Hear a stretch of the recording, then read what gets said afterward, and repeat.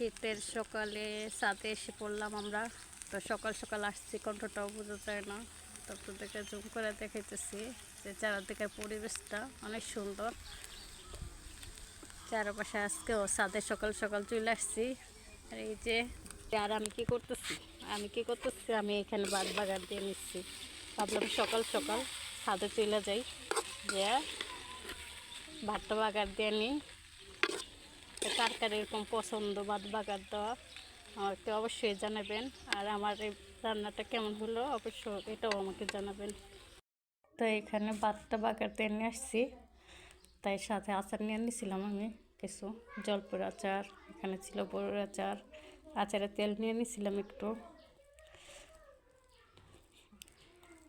অসাধারণ ছিল, আপনারা ওরকম ট্রাই করে দেখবেন বাসায়।